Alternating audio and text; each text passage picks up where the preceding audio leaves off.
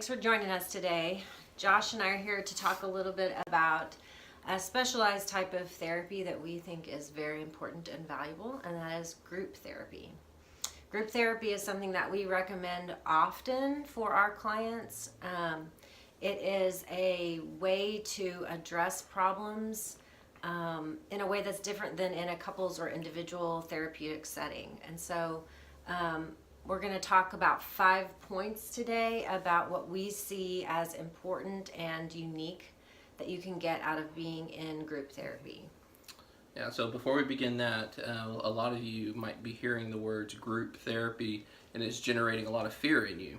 And that's very common to have because you're thinking about the reasons that you began therapy or that you're seeking out therapy. And the idea of sharing that in front of a counselor is bad enough, right? And so thinking about doing that in amongst a group of people can be pretty intimidating and make you feel very vulnerable.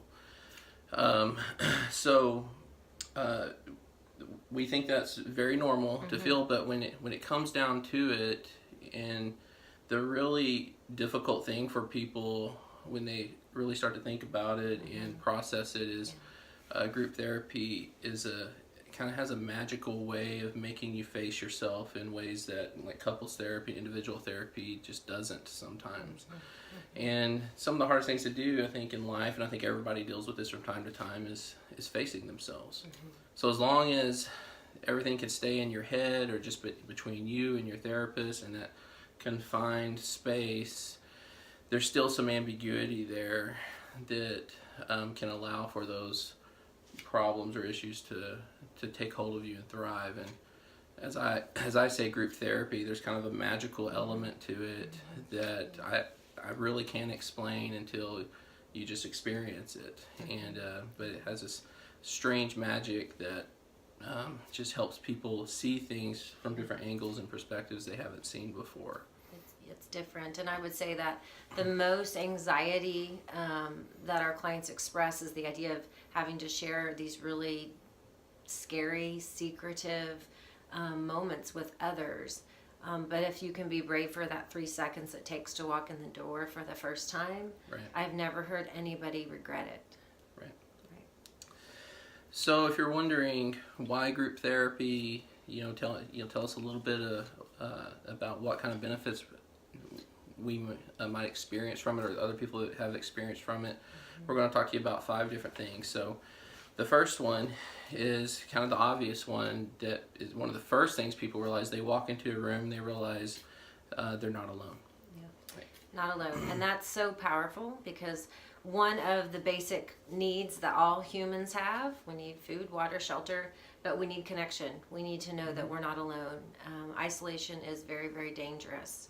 And so to walk into a room with people who are suffering and experiencing similar challenges, it immediately has an opportunity to produce therapeutic change. Right. It also challenges maybe your preconceived notions of what people who are, people that are going through similar things that you're going through, that you have an idea in your mind of what they look like and how their lives are going. And frankly, a lot of their lives are a mess, but when you walk in there and you see them, you see a lot of people that are just like you. Right. They're just regular people trying to create a better life for themselves, and that's often relieving for a lot of people when they take that first step into group therapy and get to meet and talk to the group. Right. So secondly, it also gives you a place to process amongst other people the things that you're going through, and you're processing with people that just get it. Right. And so I'll let Carrie talk a little bit about that. It's very powerful to tell your story and know that it lands in a place that's genuine, and you can feel a connection with other people in the room when you tell your story. There's nothing like somebody looking at you and saying, I get it, and then sharing their story in a similar way. It's Right. very, very powerful, and it's different than you can even get from a therapist, right? Or even your partner in couples therapy. It's different to sit in a room with people that are your peers and that can look at you and say, I get it, I've been there. I see that happen a lot in group therapy, and it changes people in a way that you can't do it the same way in just individual counseling. Right. Next, group therapy often helps people feel empowered. And so what's interesting about group therapy is that people, how they're experiencing their problems vary from day to day. Right. So people come into group on one particular day, and they might experience some people suffering, and you might be suffering, and they might be experiencing some people actually doing well with what they're going through, but yet you are suffering. And then, of course, other different combinations. But regardless, when you're processing that with each other and you're having those experiences together, it often feels very empowering that it's okay to suffer. Right. But secondly, there's ways out of that suffering. There's hope in that. And so those two elements aren't something that you really can get on an individual level, because your therapist obviously is there to be a therapist, right. and they often don't share their own suffering, because therapy is about you and not about them. Right. And it's empowering also, like Josh was describing, to be at your lowest and have other people say, I've been there and I'm better. Or even just to observe people throughout the course of a group and see the progress and experience it with them. Right. It's empowering also because you get to actually in the room experience hope. Right, exactly. The next piece is kind of one of the harder pieces, because group therapy is challenging, and that's one reason people go. Support groups, for example, they're not challenging, right? But right. They're not designed to challenge you therapeutically like a therapy group is, and so there are different elements to support groups. So a therapy group helps you go deeper. It helps you dive into the problem. That is facilitated by a licensed therapist usually, and it's designed to really help you grow. Right, to increase accountability. To understand those hard spots, and in a really good cohesive group, it's the members that are able to challenge each other. And again, it's different when it's coming from somebody who almost feels like they've been through the struggle with you, like a good cohesive therapy group will. They can challenge you because you've also established some trust and some bonding, and so those challenges come across as, I just want you to be better. Exactly. Right.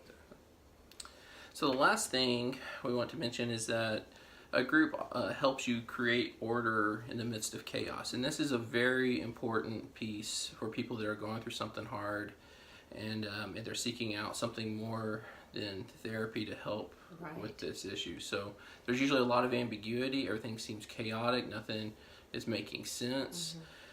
And being in that group environment and experiencing these things with other people helps you start to connect dots, and it helps you start to put some things in place, and then you're able to start creating order. And it's different to hear that there will be order, to read a book, to read a workbook. That's very important. It does help create some, logical connections. But what's different about group and that process of being in the room with people is that you get to experience some order. It's different because it's the best way to describe it with words is you just feel it. And when you're going through things really challenging, you need to see that it can get better and how to do it, but you also need to feel it and experience it. Again, and that's something that really needs to happen in the presence of others. And again, another reason that group, as Josh described it, can just be a more magical experience. So to kind of illustrate that a little bit, kind of a funny story is that recently my kids, they have this small little toy room, and we kind of let it go, and it got very messy, and to the point where I was at one point just shutting the door to it and like quarantining it off, not telling the kids they can't even go in there until we get it clean. And I'd walk in there and I was just debilitated. I didn't know where to begin or what to do. But once I walked in there, and then my wife walked in there, and interestingly enough, my father-in-law actually came over and was helping us get things in order. And then all of a sudden I felt like we could actually get this done, and that's a very minuscule issue to deal with is trying to get a room clean compared to mental health things, but the psychology of it is similar, right? It's there. And so walking into that room and working with other people who are going through something similar, hearing their stories, then all of a sudden your brain's able to start feeling like it can start gaining some momentum with this and make a difference. Right. And I will say that Josh and I do groups regularly, and I know that for both of us, professionally and personally, it's probably our most enjoyable and most powerful experience as a therapist.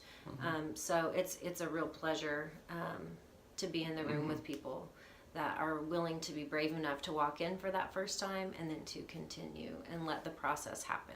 Yes, absolutely. Not a lot of therapists are able to do groups, so I feel very blessed that we have ran such successful groups.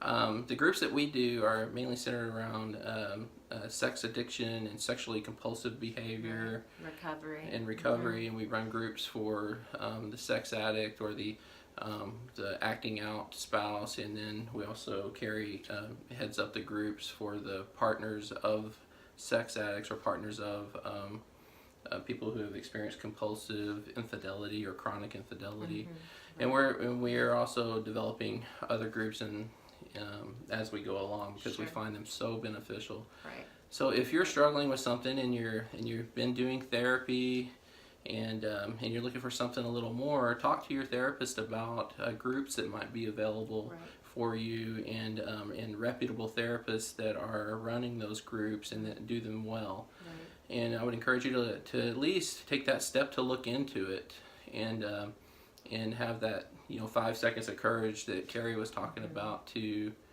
make that decision to go for it. To go for it. That's right. Yeah. Well, thanks for listening today. If you want to follow us and find out more information, you can subscribe to our YouTube channel. You can, of course, check us out on our website, FamilySolutionsOK.com. Yes, and after you subscribe, make sure you hit that bell, and then any new videos that we put up, you'll be notified of those as they come across. So.